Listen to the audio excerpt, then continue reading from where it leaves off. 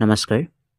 আজিৰ আমাৰ বিষয়টো হৈছে যে এডিআৰই এপইণ্টমেণ্ট কেতিয়া দিব, তাৰ কিছু সবিশেষ আমি জানিম।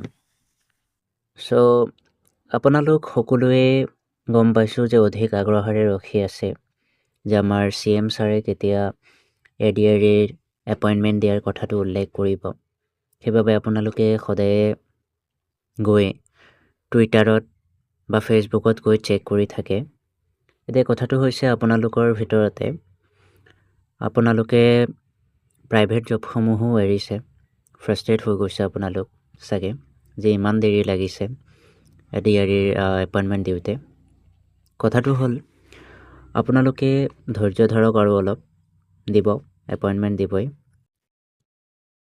তো মই আপোনালোকক সান্তনা দিবৰ কাৰণে এটা কথাই ক'ম যে আপোনালোকে আৰু অলপ ধৈৰ্য ধৰক।